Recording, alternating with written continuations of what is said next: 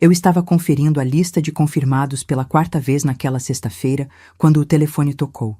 Era 6:30 da tarde.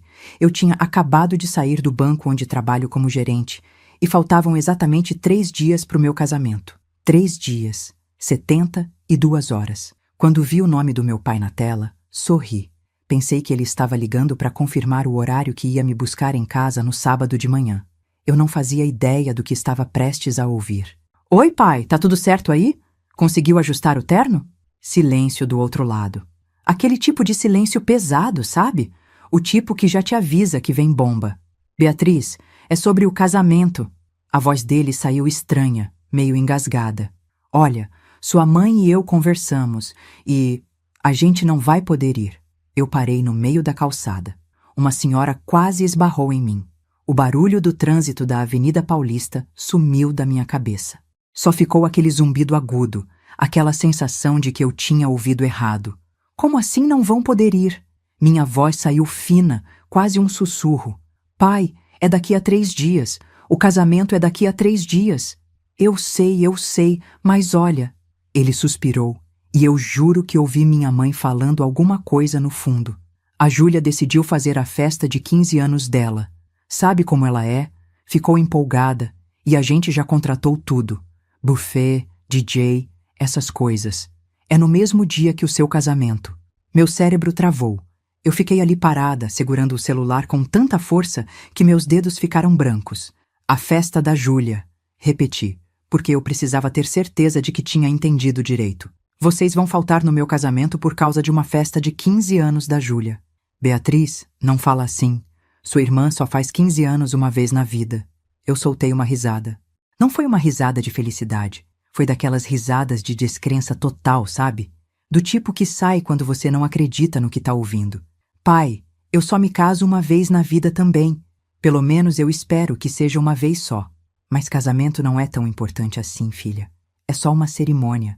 Você e o Ricardo já moram juntos, já estão praticamente casados. Agora, a festa de debutante, isso é uma tradição, é um marco.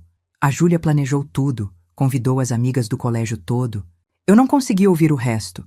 Minha cabeça estava explodindo. 28 anos de vida, 28 anos sendo a filha responsável, a que nunca deu trabalho, a que ajudou a pagar as contas quando meu pai teve aquele problema na empresa, a que abriu mão da festa de formatura para economizar dinheiro porque a Júlia ainda era pequena e precisava de colégio particular. E agora eu estava ouvindo que meu casamento não era importante. Vocês confirmaram presença há 4 meses. Minha voz saiu mais alta do que eu queria. As pessoas na rua olharam para mim. Eu mandei o convite. Vocês falaram que iam. O nome de vocês está na lista de pais da noiva, pai. Como vocês vão fazer isso comigo? Olha, a gente pediu para Júlia remarcar, mas ela já tinha fechado tudo. O buffet não devolve o dinheiro. O DJ também não. São coisas caras, Beatriz. A gente não pode jogar dinheiro fora. Dinheiro fora. Repeti. Aquela frase ficou ecoando na minha cabeça. Quanto vocês gastaram na festa dela? Outro silêncio. Pai, quanto? Uns 30 mil reais, mais ou menos. Mas calma, não fica assim. A gente vai compensar, a gente vai... 30 mil reais. 30 mil reais numa festa de 15 anos. E foi aí que caiu a ficha. Pai, cadê o dinheiro que a avó deixou pra mim? Silêncio de novo. Mas dessa vez era diferente. Era aquele silêncio de quem foi pego na mentira. Que dinheiro? Ele tentou disfarçar, mas a voz dele tremeu. Os 20 mil reais que a avó deixou de herança para mim antes de morrer. O dinheiro que estava na conta conjunta com a mãe porque eu pedi para ela guardar até o casamento. Aquele dinheiro, pai. Cadê? Beatriz, a gente usou uma parte para ajudar com umas contas aqui de casa. E... Quanto vocês gastaram? Eu gritei. Não me importei com as pessoas olhando. Fala, pai, quanto? A gente usou para a festa da Júlia. A voz dele ficou pequena. Mas a gente ia repor, Beatriz, eu juro, a gente ia... Eu desliguei o telefone na cara dele. Minhas pernas estavam tremendo tanto que eu tive que sentar no banco da parada de ônibus. Minha bolsa caiu no chão. Meu celular começou a tocar de novo. Era ele ligando de volta, mas eu só fiquei olhando para a tela sem conseguir atender. 20 mil reais. Todo o dinheiro que minha avó, a mulher que me criou enquanto meus pais trabalhavam, a mulher que me ensinou a fazer bolo no domingo e que me contava histórias antes de dormir, tinha guardado a vida inteira e deixado PR a mim. Dinheiro que ela juntou limpando casa dos outros, costurando roupa de madrugada, vendendo bolo na feira. Eles pegaram sem pedir, pegaram e gastaram na festa da Júlia. E agora não iam nem aparecer no meu casamento. Meu celular vibrou. Era a mensagem da minha mãe no WhatsApp. Filha, não esquenta. Seu pai tá nervoso. A gente conversa com calma amanhã. Tenta entender a gente, tá? Beijos. Tenta entender. Tenta entender. Eu fechei os olhos e respirei fundo. O Ricardo ia chegar em casa daqui a 1 hora. Eu tinha que contar para ele. Tinha que contar para os padrinhos. Tinha que ligar para o padre e avisar que os pais da noiva não iam comparecer. Meu casamento ia começar com as 2 cadeiras da primeira fila vazias. As cadeiras onde deviam estar sentados o meu pai e a minha mãe. Quando cheguei em casa, o Ricardo já estava na sala. Ele viu minha cara e já levantou do sofá. Bia, o que aconteceu? Eu larguei a bolsa no chão e sentei. Nem tirei o sapato. Fiquei olhando para o nada até que as palavras saíram. Meus pais não vão no nosso casamento. O silêncio foi tão pesado que eu ouvi o relógio da cozinha fazendo tic-tac. Como assim não vão? Ele sentou do meu lado, pegou minha mão. Bia, fala direito. O que aconteceu? Aí eu contei tudo. O telefonema. A festa da Júlia. Os 30 mil reais. O dinheiro da minha avó que sumiu. Cada palavra que saía da minha boca parecia irreal, como se eu estivesse contando a história de outra pessoa. O Ricardo ficou pálido. Ele passou a mão no cabelo, levantou, sentou de novo. Eles pegaram sua herança? Sem te avisar? Conta conjunta. Minha voz saiu oca. Eu pedi para minha mãe guardar porque eu tinha medo de gastar. Que idiota, né? Tinha medo de gastar o meu dinheiro e no fim quem gastou foram eles. O celular dele tocou. Era a dona Marta, minha sogra. Ricardo atendeu no viva voz porque ele sabia que eu não tinha forças para falar. Ricardo, acabei de receber uma mensagem da mãe da Beatriz. A voz dela saiu indignada. Ela tá dizendo que não vão poder comparecer ao casamento porque a irmã dela vai fazer uma festa? Isso é sério? É sério, mãe. Mas que tipo de gente faz isso? Faltando 3 dias? Ela respirou fundo. Ricardo, eu vou ser direta. Vocês querem cancelar? Porque se vocês quiserem, eu entendo perfeitamente. Ninguém vai julgar vocês. Isso é uma situação absurda. Eu olhei para o Ricardo. Ele olhou para mim. E foi naquela hora que alguma coisa mudou dentro de mim. Não. Minha voz saiu firme pela primeira vez desde que eu atendi aquela ligação. Não vamos cancelar nada. Bia, tem certeza? Ricardo perguntou baixinho. Tenho. Eu me levantei. Eles querem que eu cancele. Eles querem que eu abra mão do meu dia, porque a princesinha decidiu que quer uma festa, pois eu não vou dar esse gosto para eles. A gente vai casar, com ou sem eles. Dona Marta ficou em silêncio por alguns segundos. Você tem certeza, minha filha? Porque eu apoio sua decisão, mas vai doer. Vai doer muito ter aquelas cadeiras vazias. Eu sei, e eu sabia mesmo. Mas sabe o que vai doer mais? Deixar eles vencerem. Deixar eles pensarem que eu preciso deles para ser feliz. Desliguei e olhei para o Ricardo. Ele me abraçou tão forte que eu finalmente consegui chorar. Chorei tudo que eu tinha segurado na rua, no ônibus, na porta de casa. Chorei pelos 28 anos que eu passei tentando ser a filha perfeita. Chorei pela minha avó, que devia estar se revirando no caixão vendo o que fizeram com o dinheiro dela. Mas no meio daquele choro, uma coisa ficou clara. Eu não ia desistir. No dia seguinte, sábado de manhã, eu acordei com 17 mensagens no celular. 15 eram das minhas madrinhas no grupo do WhatsApp. 2 eram da minha mãe. Abri as da minha mãe primeiro. Bia, a gente precisa conversar. Não fica assim. Seu pai tá chateado. Você desligou na cara dele. Isso não se faz. Eu quase joguei o celular na parede. Eu desliguei na cara dele? Eu que não se faço? Respirei fundo e abri o grupo das madrinhas. A Carol tinha mandado um print. Era um story da Júlia. Minha irmã de 15 anos tinha postado uma foto dela com meus pais na loja de decoração. Os 3 estavam sorrindo, escolhendo balões metálicos dourados. A legenda dizia: finalmente meus pais vão fazer uma festa que presta. Nada de casamento chato. Aqui é debutante raiz. Eu li 3 vezes. Finalmente meus pais vão fazer uma festa que presta. A Carol mandou áudio. Bia, eu não queria te mostrar isso, mas você precisa saber. Essa menina tá debochando de você. E olha a data do post dela combinando a festa. Foi há 3 semanas. Bia, eles sabiam. Eles sempre souberam que ia ser no mesmo dia. O mundo girou. 3 semanas. Eles sabiam há 3 semanas e não me falaram nada. Continuaram confirmando presença. Minha mãe até me ajudou a escolher o buquê há 10 dias. Meu pai perguntou se eu queria que ele fizesse um discurso. Tudo mentira. Eu liguei para o meu pai. Ele atendeu no 3º toque. Beatriz, que bom que você ligou. A gente precisa... Há quanto tempo vocês sabiam? Silêncio. Há quanto tempo vocês sabiam que ia ser no mesmo dia, pai? Olha, a Júlia mudou a data algumas vezes. Então, 3 semanas, eu gritei. Vocês sabiam há 3 semanas e não me contaram. Vocês me olharam na cara, me ajudaram a escolher flores, me fizeram acreditar que iam estar lá e o tempo todo vocês já sabiam. Beatriz, abaixa o tom de voz comigo. Ou o quê, pai? Você vai faltar no meu casamento? Ah, espera, você já vai faltar mesmo. Você tá sendo egoísta. A voz dele explodiu do outro lado. A Júlia é sua irmã, ela é só uma criança, você é adulta, você devia entender. Ela tem 15 anos, não é uma criança, e vocês pegaram o dinheiro da avó. Minha voz quebrou. Vocês pegaram o dinheiro que era meu, que a avó juntou durante anos para me dar e gastaram sem nem me avisar. Como vocês puderam? A gente ia repor. Quando, pai? Quando? Depois que eu morresse de velhice? Não fala assim comigo, Beatriz. Eu sou seu pai. Então age como um. Eu desliguei de novo. Minha mão estava tremendo tanto que eu deixei o celular cair no sofá. O Ricardo apareceu na porta do quarto, já de olho arregalado porque tinha ouvido tudo. Bia, eles sabiam? Eu olhei para ele. Ricardo, eles sabiam desde o começo. Isso não foi de última hora. Eles planejaram, eles escolheram. Ele veio até mim e segurou meu rosto com as 2 mãos. Então a gente vai fazer eles se arrependerem. Como? Ele sorriu. Não era um sorriso feliz. Era um sorriso de quem acabou de ter uma ideia.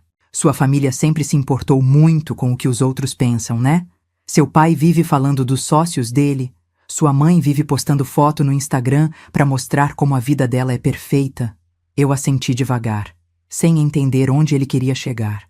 E se a gente convidasse todo mundo que eles sempre quiseram impressionar?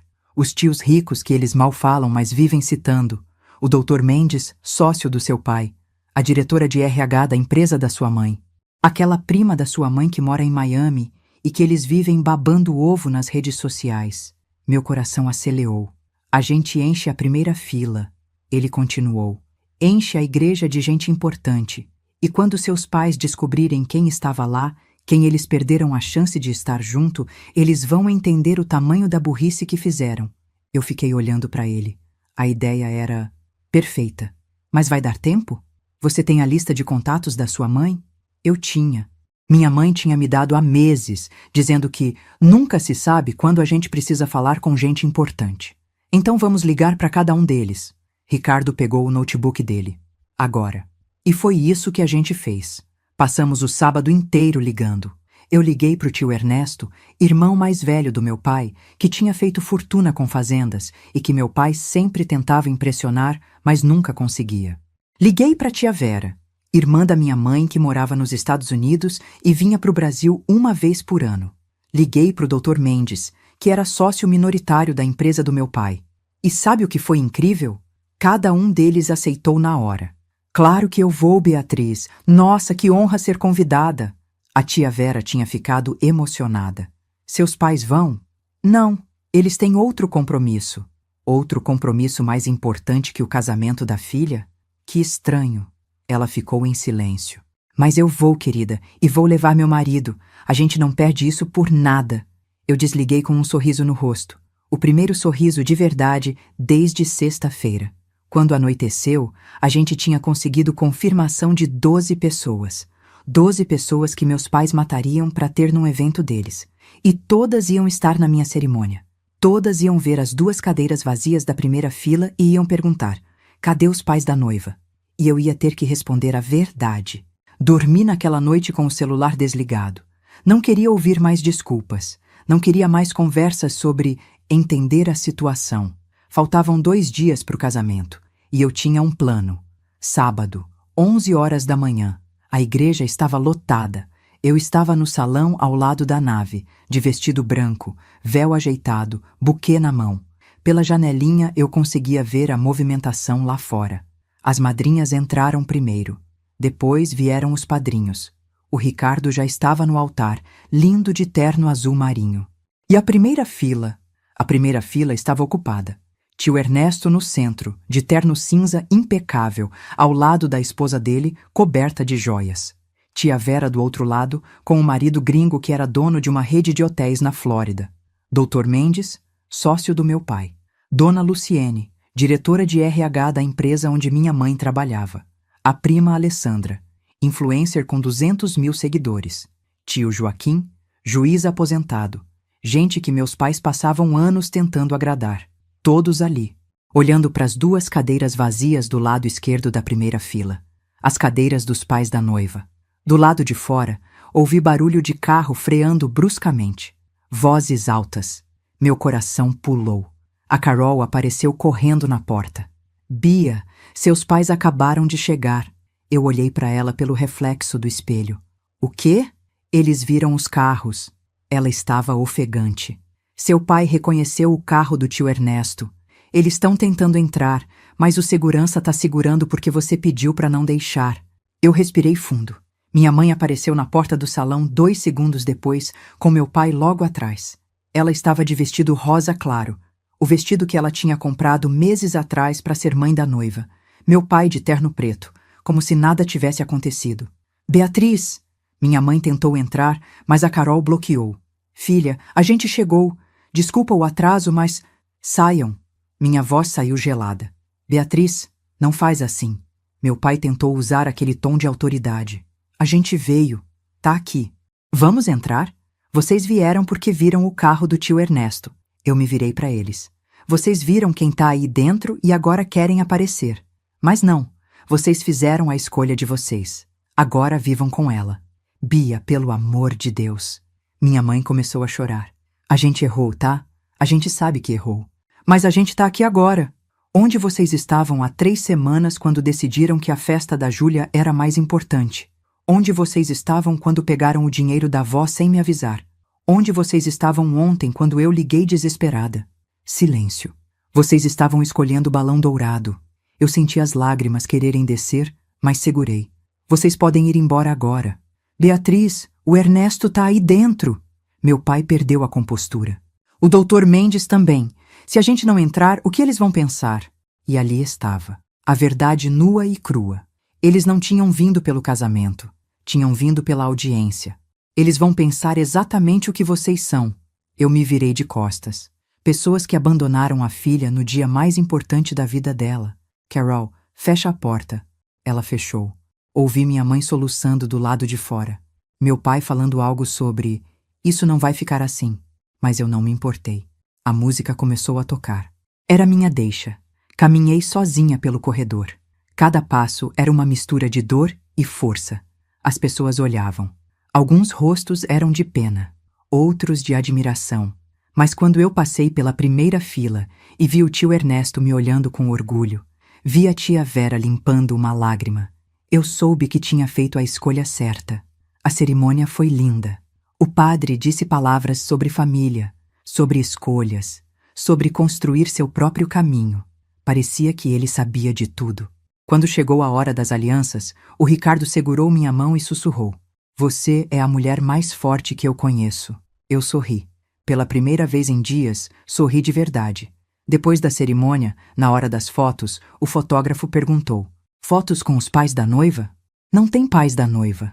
Eu disse alto, para todo mundo ouvir. Eles tinham outro compromisso mais importante hoje. O silêncio foi ensurdecedor. Vi a dona Luciene, chefe da minha mãe, franzir a testa. Vi o doutor Mendes trocar olhar com a esposa. Na festa, eu fiz algo que não tinha planejado. Pedi o microfone antes do discurso tradicional. Gente, antes de começarmos os discursos, eu queria agradecer a presença de cada um de vocês. Minha voz ecoou no salão. Especialmente as pessoas da primeira fila. Tio Ernesto, tia Vera, doutor Mendes, dona Luciene, todos vocês. Vocês vieram mesmo sabendo que meus pais não estariam aqui. As pessoas começaram a prestar atenção. Meus pais não estão aqui porque hoje é a festa de 15 anos da minha irmã. Uma festa que eles decidiram há 3 semanas que seria mais importante que meu casamento. Uma festa que eles financiaram com os 20 mil reais da herança que minha avó deixou pra mim, sem me pedir autorização. Eu vi celulares sendo levantados, gente começando a gravar. Mas sabe o que eu aprendi? Família não é quem te abandona quando alguém mais interessante aparece. Família é quem aparece. Quem escolhe estar presente. E hoje, vocês são minha família. Aplausos explodiram. Mas não eram aplausos felizes. Era aquele aplauso de quem acabou de testemunhar algo tenso. Eu vi a Alessandra postando nos stories dela em tempo real. Vi o Dr. Mendes anotando algo no celular, com cara fechada. A festa continuou, mas eu sabia que algo maior tinha começado. No domingo de manhã, eu acordei com 143 notificações. Os stories da Alessandra tinham viralizado. Não só os dela, várias pessoas que estavam na festa tinham postado. O vídeo do meu discurso estava rodando em páginas de fofoca, em grupos de WhatsApp, em todo lugar. Noiva expõe pais que faltaram no casamento para ir em festa da irmã. Minha mãe me ligou 27 vezes. Meu pai mandou 12 áudios. A Júlia postou um story chorando, dizendo que estava recebendo mensagens de ódio. Mas o pior ainda estava por vir. Segunda-feira de manhã, o Dr. Mendes ligou para o meu pai. Ricardo, que tinha ficado amigo dele durante os preparativos, me contou depois. Roberto, preciso falar com você sobre nossa sociedade. Terça-feira, minha mãe foi chamada no RH da empresa. A dona Luciene, que tinha estado no meu casamento, tinha reportado para a diretoria que não se sentia confortável trabalhando com alguém que demonstrava valores familiares questionáveis, incompatíveis com a cultura da empresa. Minha mãe foi demitida. Não por ter faltado no meu casamento, mas porque a empresa fazia questão de contratar pessoas com integridade familiar e acharam que aquilo era péssimo para o marketing deles. Quinta-feira, meu pai perdeu o Dr. Mendes como sócio. O homem retirou o investimento de 600 mil reais da empresa. E a Júlia? A festa dela virou piada na escola. Os stories dela foram compartilhados com montagens, memes. As amigas começaram a se afastar. 10 dias depois do casamento, minha mãe apareceu na minha porta, sem avisar, sem ligar antes. Eu atendi de roupão, cabelo molhado, ainda tomando café. Beatriz, por favor. Ela estava com olheiras profundas. A gente precisa conversar. Agora vocês querem conversar. Eu perdi meu emprego. Seu pai perdeu o sócio. A Júlia tá sofrendo bullying na escola. Tá tudo desmoronando, Beatriz. Eu fiquei olhando para ela. Parte de mim queria bater a porta na cara dela. Mas outra parte, aquela parte que ainda era a filha que cuidou dos pais a vida inteira, ainda sentia alguma coisa. Vocês destruíram minha herança. Vocês me abandonaram. Vocês escolheram a Júlia pela 1000ª vez e esperavam que eu engolisse calada. Respirei fundo. Eu passei 28 anos sendo invisível, e quando eu finalmente pedi para ser vista, vocês viraram as costas. Eu sei, filha. Ela começou a chorar. A gente errou feio. Mas pelo amor de Deus, faz alguma coisa. Posta alguma coisa dizendo que foi mal entendido. Fala que... Não. Minha voz saiu firme. Eu não vou mentir por vocês. Não dessa vez. Então me perdoa. Ela caiu de joelhos ali na porta. Pelo menos isso. Me perdoa. Eu olhei para minha mãe. A mulher que me colocou no mundo. A mulher que também me ensinou que eu valia menos que minha irmã. Eu vou perdoar vocês. Falei devagar. Um dia, quando vocês entenderem de verdade o que fizeram, quando vocês devolverem cada centavo que pegaram da avó, quando a Júlia vier aqui e pedir desculpas por ter debochado de mim, quando vocês pararem de se fazer de vítimas e assumirem a responsabilidade. Fechei a porta. Do outro lado, ouvi ela chorar, e eu chorei também. Mas dessa vez, eu estava chorando dentro da minha própria casa, a casa que eu construí com o homem que eu escolhi, rodeada de gente que me escolheu de volta. 6 meses depois, meus pais devolveram os 20 mil reais, com correção monetária e juros. A Júlia mandou uma carta pedindo desculpas. Uma carta de próprio punho, de 5 páginas. detalhando cada coisa que ela fez de errado. Minha mãe conseguiu outro emprego. Meu pai reconstruiu a empresa, menor, mas dele. E eu? Eu aprendi que a gente não precisa aceitar migalhas de afeto de ninguém, nem mesmo de quem nos criou. Família é quem escolhe estar presente. E no meu casamento, eu descobri quem era minha família de verdade.